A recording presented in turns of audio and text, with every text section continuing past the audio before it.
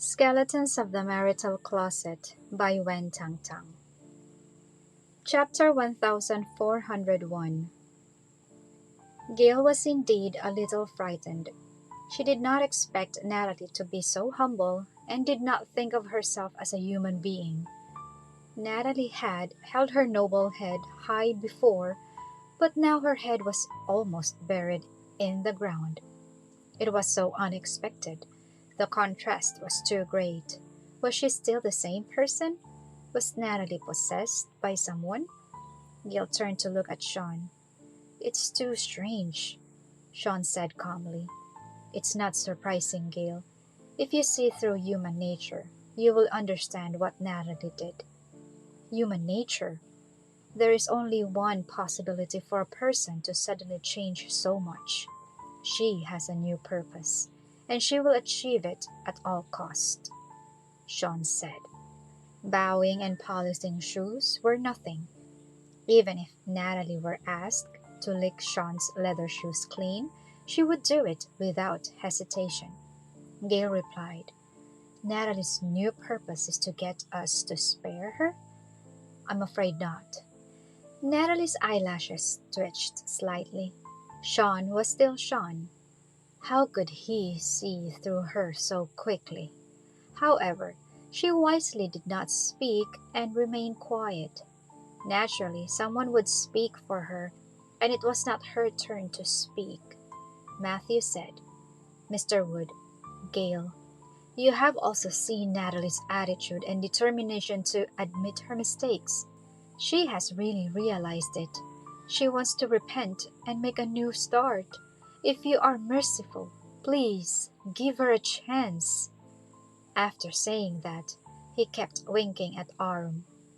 Arum squatted in front of Natalie, took out a tissue and wiped the blood on her face. Natalie glanced at him. Love penetrates to the bones. Hate also penetrates the bones. "Natalie, do you really realize your mistake?" She answered obediently. "Well, I shouldn't hurt my family anymore, and I don't want to see you so disappointed in me. If we can't be lovers, we can still be siblings or friends, right?" Arm sighed happily. "If you had figured it out earlier, you would have it easier." He patted Natalie's head again. "Leave it to me." Natalie became more well-behaved and put away all her previous madness and anger. Like a docile kitten, Arm stood up and looked at Shawn and Gale. Before he opened his mouth, Shawn had already spoken. "If you want to plead for mercy, don't bother." Natalie was abnormal. Something was wrong. Shawn would not let her go so easily. He was not targeting Arum, but he had to consider the destructive power Natalie might bring. Who knew what kind of conspiracy Natalie had hatched in her heart? She was just waiting to start implementing it after she was free. She was obviously determined to die, but after learning that Arum had tricked her into taking out the antidote, her attitude changed drastically. She admitted her mistake, kneeled down, bowed, polished his shoes, etc., and did it all in one go, with no shame or dignity at all. Such a bottomless admission of mistakes was not Natalie's character at all. "No, I still have to say it. I know this is something that makes you very embarrassed, but just think of it as something I owe you and Gale. From now on, I'm here to repay this debt and this favor for Natalie," Arum said. Shawn's face was expressionless. "Are you coming to pay it back?" Chapter 1402. Yes. "Arum, you are not qualified." So who had this qualification? The only person who could speak in front of Shawn was Gale. Only her. Shawn refused to let her go. He simply said no discussion. He had a tough attitude and did not allow others to resist. However, he would listen to Gale's words. Matthew hurriedly urged. Gale, hurry up and say a few words to Mr. Wood. No matter what happens, Natalie has handed over the antidote. Nicole has returned to normal, and she has admitted her mistake. She is still your sister. We are related by blood. You can't kill her all like this. Also, Arm has begged for mercy. If you don't care about me, you should also care about him. Natalie stood quietly at the back, watching Aram and Matthew both stand up for her. With them here, she did not need to waste any words. Just wait. Gale did not expect that the situation would turn out like this. Natalie, who had always refused to admit her mistakes, suddenly gave in. So, what should she do in the face of Aram's plea? Shawn had also picked his side. She was going back and forth between Shawn and Aram again. Shawn was angry with her because of this. Gale, I'm sorry. I still made it difficult for you in the end. I won't say anymore. You should understand. This time, I will be the guarantor to ensure that Natalie will never do anything to hurt you or your family again, Aram said. Gale asked, Are you the guarantor? Then, if Natalie does it again, I will punish her and you as well? She won't. I think she will. Shawn is right. She must have a new purpose that requires her to achieve it by any means, Gale said. Her thoughts were the same as Shawn's. Natalie was so abnormal and was completely different from before. She used to be arrogant and domineering with scruples, but she was humble and groveling. If Natalie were allowed to leave, trouble would happen again. Shawn looked sideways at Gale. She was on his side again. Did Gale truly love him? Or was she just trying not to hurt his feelings? Would she agree to Aram's request and let Natalie go? I am optimistic about her. She has no power now, Aram said. No, Aram. Don't underestimate a person who is not even afraid of death. Aram wanted to say something else, but Gale stopped him. Okay. She lowered her head, thought for a few seconds, and then raised her head again.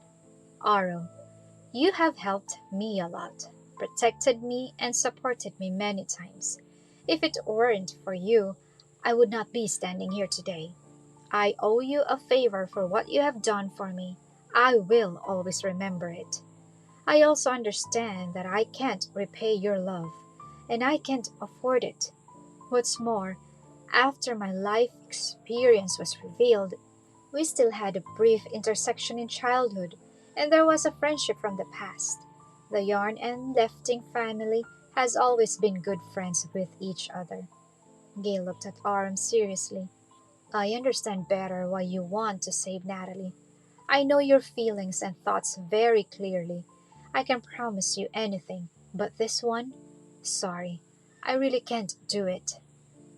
Aram's expression gradually became lost, and his hands, hanging by his sides, were clenched into fists.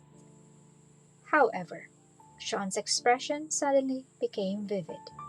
If Gale had begged him, he would agree. He could not refuse her. Chapter 1403. What he did not expect was that Gale rejected Aram so bluntly. Is there no room for negotiation? Aram asked. Gale answered without hesitation. No. Letting Natalie go would be like letting the tiger return to the mountain. She understood that. She was not a bad person. She would not let Shawn clean up the mess. Gale's expression was very determined, with no intention of giving in. Aram also did not expect that he would be rejected. After all, he had promised Natalie before that he could plead for mercy and protect her. Aram thought that Gale would give him a favor for his sake. It seemed he had expected too much. In Gale's heart, Aram was not that important. She always stood with Shawn because they were married. Aram still refused to give up and asked, I don't want you and Shawn to completely forgive Natalie. Can we discuss how to deal with her and give her a lighter sentence? How can we give her a lighter sentence? For example, let her return with her father and send someone to monitor her 24 hours a day. For example, install a permanent positioning device in her body to keep track of her movements at all times. Gale hesitated. She thought for a while. Aram, I can't promise you what you said, and there are a lot of uncertainties in its implementation. However, what I can promise you is that I will keep Natalie alive, and I will let her remain sound of mind. Her fate will be much better than Winnie's. For Aram's sake, this was the best Gale could do. It was also Gale's biggest concession. She hated Natalie very much. She remembered Nicole not recognizing her and saying she was a mistress, calling Winnie her mommy. Those uncomfortable feelings came back to her. How could a mother tolerate her daughter treating her like this? Every time she thought about it, Gale wanted to cut Natalie into pieces. Aram met Gale's eyes. In other words, what you can promise me and do is to let Natalie live like a normal person? Yes. Gale nodded. No more. Disappointment, surprise, and unwillingness flashed across Aram's face. He was so confident that Gale would definitely return the favor. The result was a slap in the face. Matthew and Natalie were watching from the side, watching him slump as Gale rejected him. The most happy person was Shawn. Every word and expression of Gale was completely unexpected. This was not like the Gailey he met. Shawn reached out, took her waist, and forcefully pulled her into his arms. He lowered his head and whispered in her ear, Gailey, what's wrong? Do you know what you're talking about? I know. Don't worry. I won't ask you to let Natalie go, beg you and quarrel with you.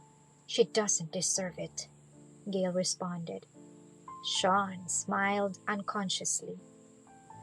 Chapter 1404. Joy that he did not even notice had filled his heart. Why, Gaily, Aram has spoken. He used the favor you owe him to beg you to let Natalie go, and you actually refused? Shawn asked deeply. Gale came closer to him and whispered, I feel the same as you. You are right. Natalie suddenly acted so abnormally. Something must be wrong. Who knows what other evil ways she may have thought of. Perhaps as soon as she is free, she can get in touch with the person who helped her, and she can do something to poison Nicole again. Aram is a very important person in my life, but I can't risk letting Nicole fall into a situation where she is controlled by the poison because of her. It turns out that in your heart, Aram is not as good as Nicole. There is no comparison between the two of them. One is a daughter and the other is... Gale could not think of an accurate word to describe Aram. She did not even have romantic feelings for him. Best friend? Not a relative, but better than a relative. Gale racked her brain to think of the right words, but Shawn thought that she was embarrassed to say the word lover. Aram was her lover. However, that was not important. It was not about worrying about these things now. Although Shawn loved to be jealous, he also understood the situation clearly. Gale had no idea what he was thinking at the moment. In short, if Aram is dying at this time and needs my blood or something to save him, I will agree without hesitation, even if I may be in danger. But I can't let Natalie go, she said. Shawn's thin lips brushed against her ear. Now, how do you want to end this with Aram? Gale blinked blankly. She did not think that far. Yes, what should we do? Think of a way. Gale tugged at the corner of his clothes. Me? Yes, you have to help me. Are you just going to let me go and deal with them? Can you bear it? Are you embarrassed? You, a grown man, push me out to face the situation? The more Gale talked, the angrier she became. Shawn replied, gaily, I didn't say anything because I thought you would come to me to beg for mercy and let me let Natalie go. So I'm waiting for you to speak. He did not expect. She had no intention of doing this. In your mind, am I so ignorant? I am not a troublemaker, and I know very well who Natalie is and how poisonous her mind is, Gale muttered. Shawn's hand on her waist tightened slightly. If there were not someone else here at that moment, he would have had to kiss her hard. However, Shawn and Gale were already close enough.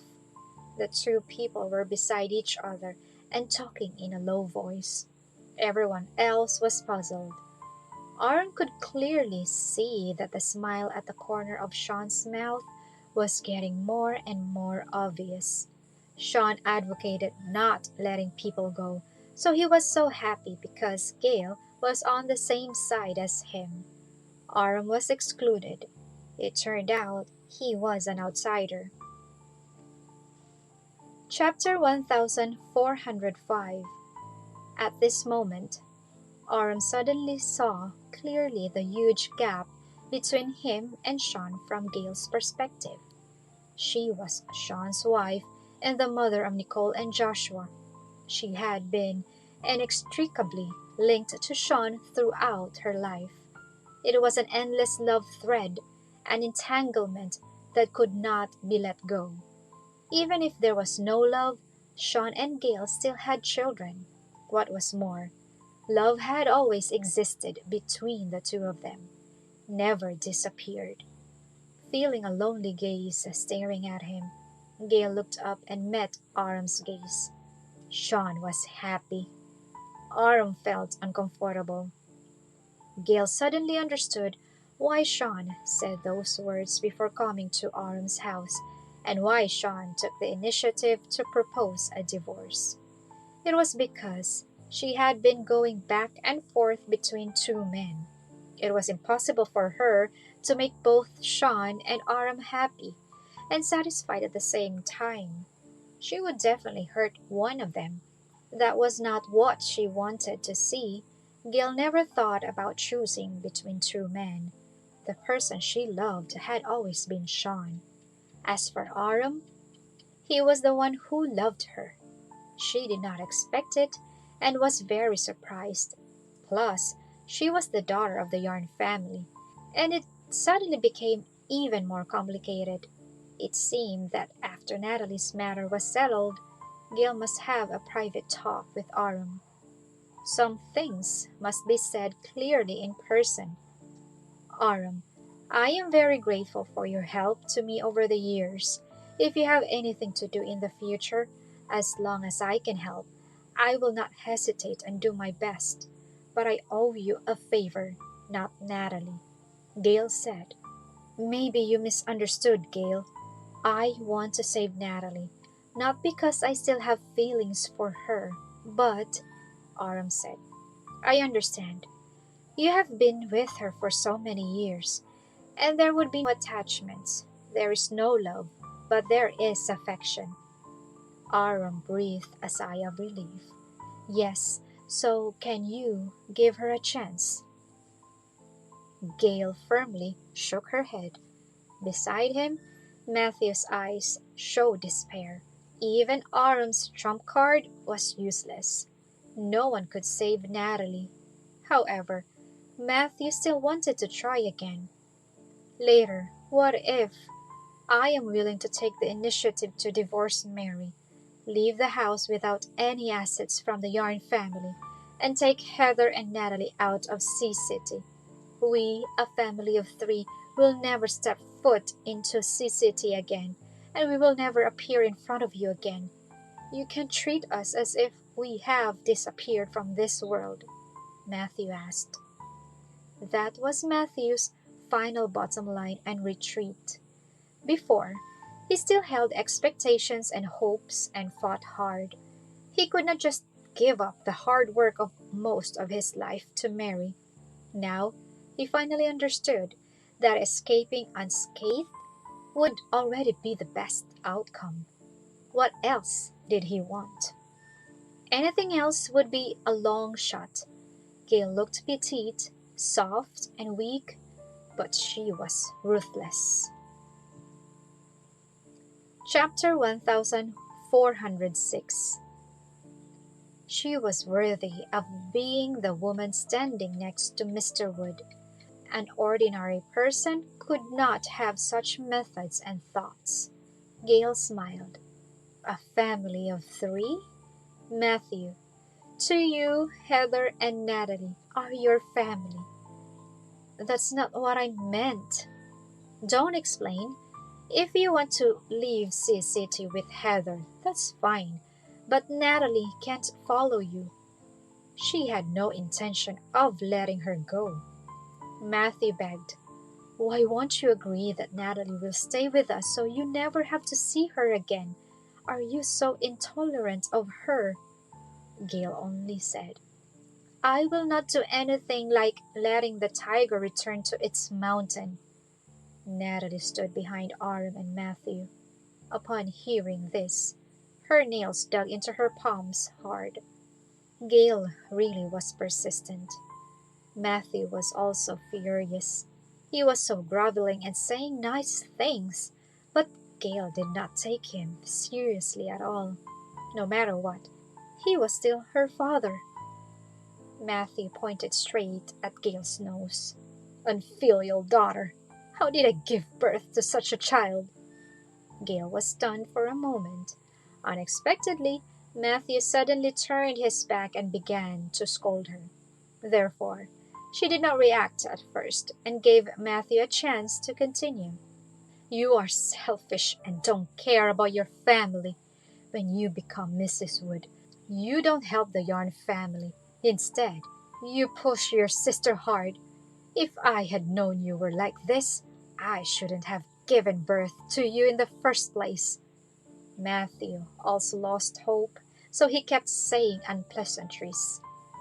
Heather was already pregnant with Natalie at that time, and Mary finally conceived. Honestly, I don't care whether you live or not. What's more, your mother's body was broken and she was very weak. She went to the hospital every 3 days to check on her body. You made her sick.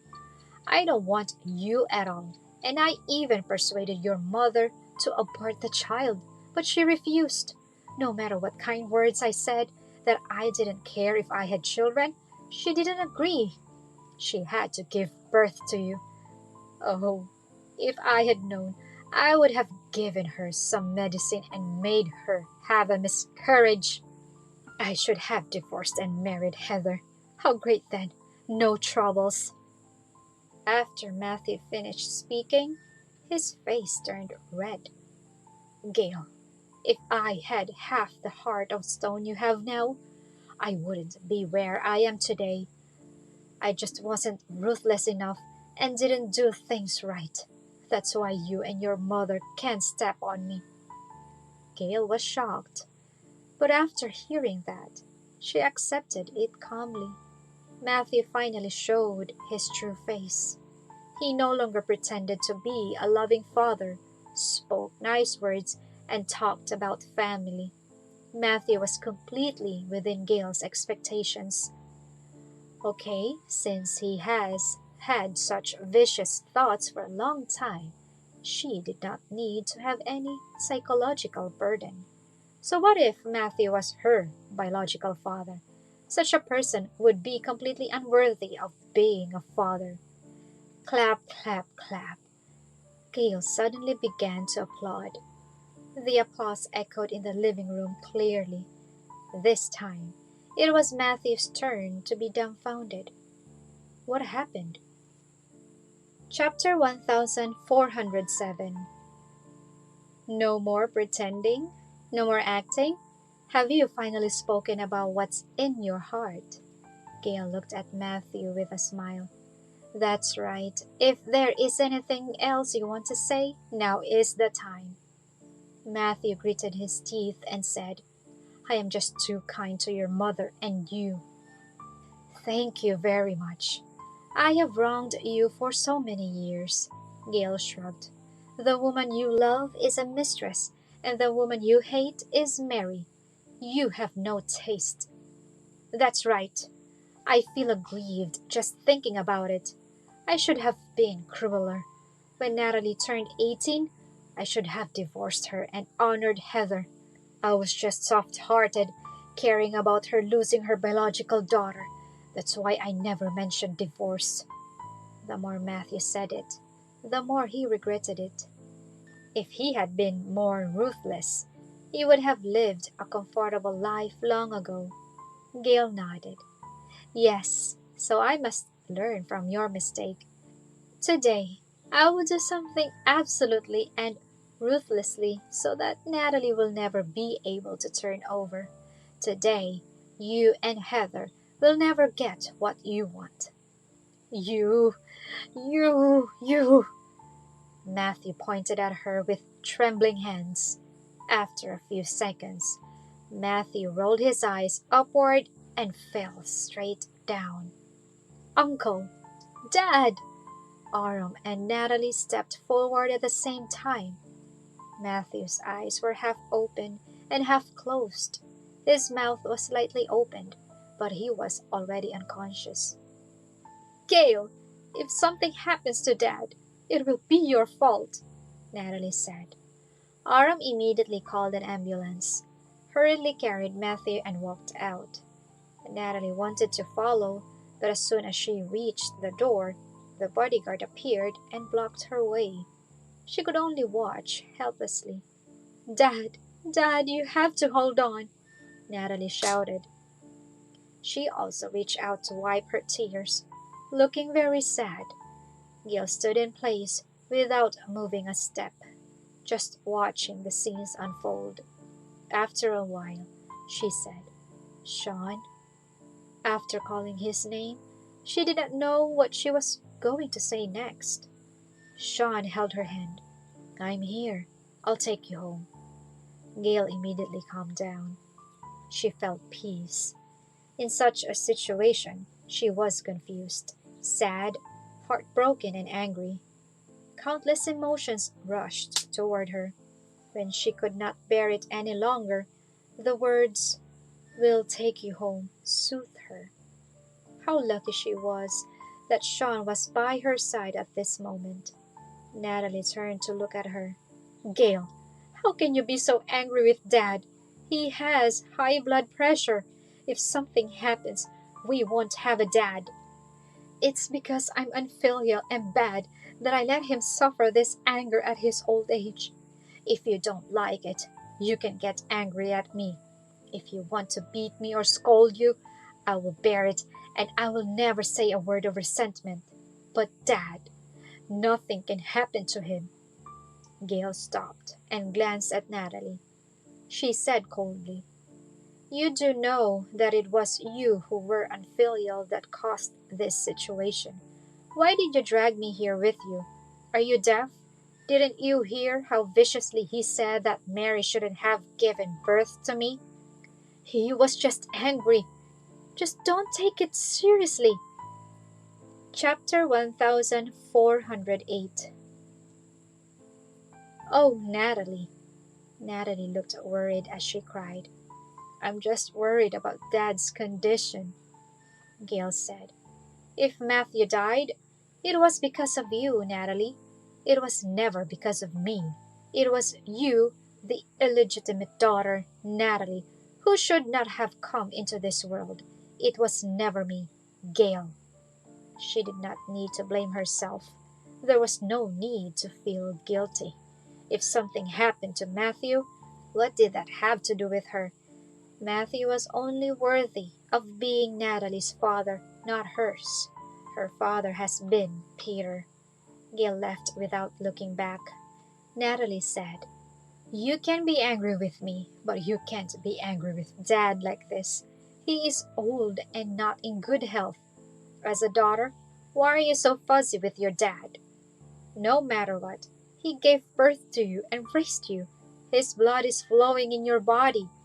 Natalie talked until Gale was out of sight. However, there was no sad expression on her face, and she stopped crying as quickly as she could. Even a smile appeared on the corner of her mouth. "Just wait, Gale. This was just the beginning. It was just the beginning. You are arrogant and proud, but as the tide turns, there will be a time when you fall down. Maybe I, Natalie, won't be able to see this day, but it will come. Let's wait and see. It's not the end yet. The one who laughs last is the real winner." Arm lied to me and took advantage of my love for him. In this world, my last trace of concern is gone. I will have nothing left. Natalie raised her hand, touched the dried wound on her forehead, and then she dug hard. The wound was torn open and began to bleed continuously.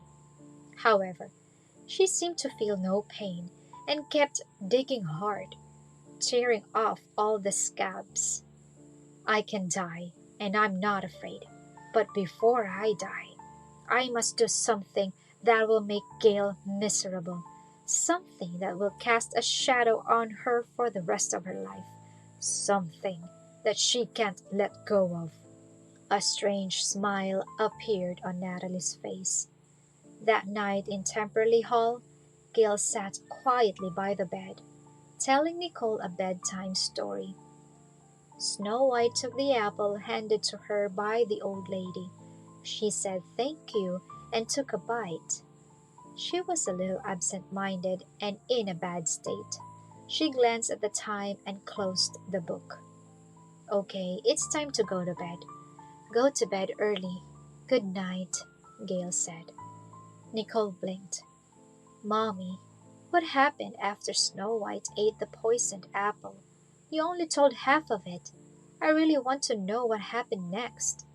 "Mommy will continue tomorrow night." "Oh, Mommy, I want it now." Nicole started acting coquettishly. Gale smiled, hugged her, and kissed her.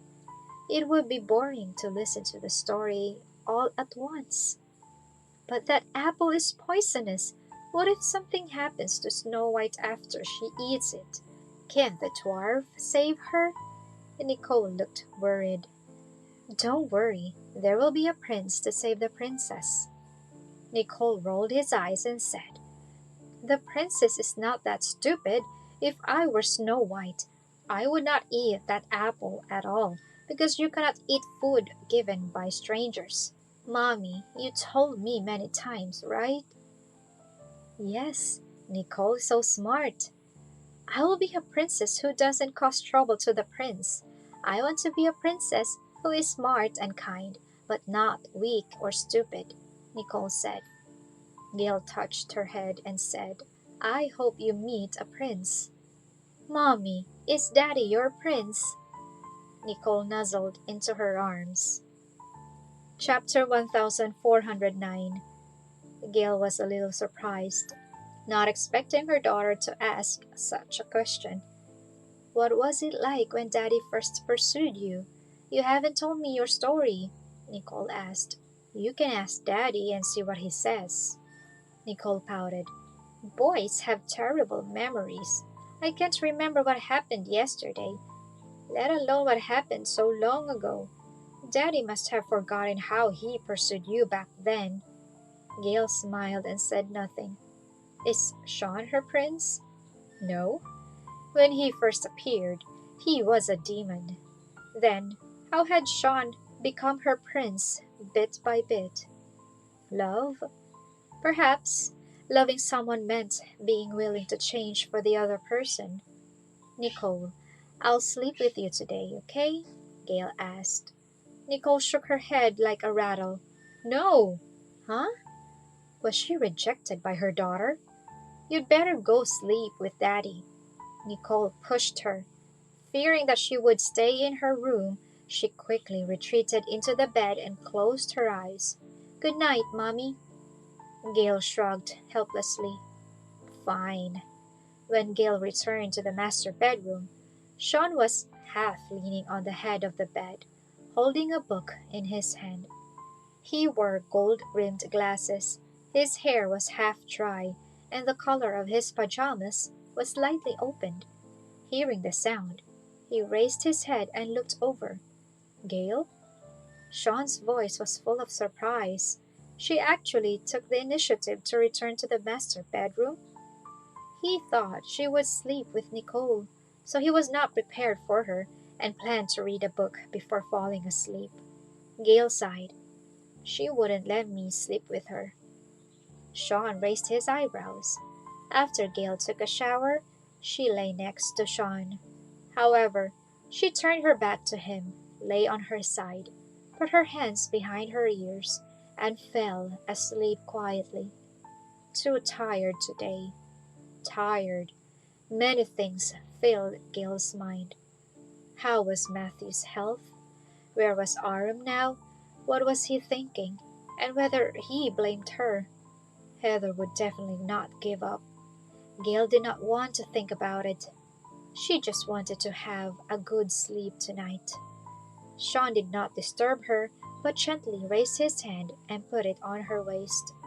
Two people, each with their own thoughts. Shawn was thinking about what kind of emotion Gale felt toward him. He thought that the person Gale cared about the most was Aram, and she would agree to any request Aram made. So, in the lobby of Wood Group's company, when Aram asked her for the first time to let Heather and Natalie meet, she first asked for his opinion and then agreed. Shawn was unhappy at that time. He also left her, walked out of the company, and said that he would handle the divorce. Chapter 1410. Unexpectedly, when Aram asked her for the second time at his house to give Natalie a chance to change her ways, Gale refused directly. Shawn clearly remembered how he felt at that moment. It seemed that there were fireworks in his heart. Maybe he misunderstood her. "Gaily." Shawn's deep voice seemed particularly charming at night. However, there was no response. Gale was sleeping.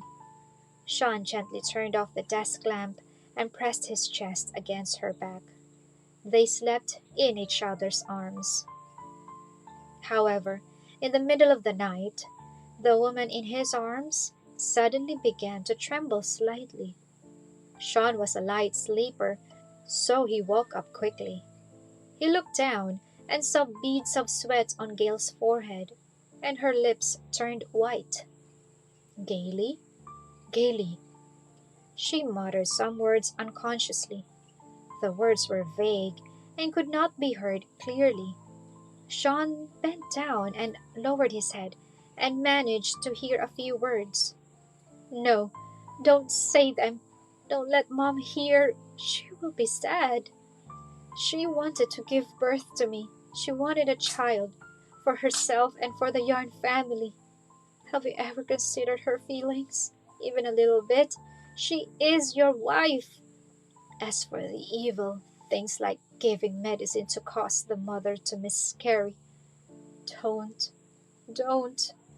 Tears fell one after another from the corners of Gale's eyes. "I am also your daughter, and Mary is your wife. How could you do this to us? Heather and Natalie have far greater place in your heart than me and Mom, right?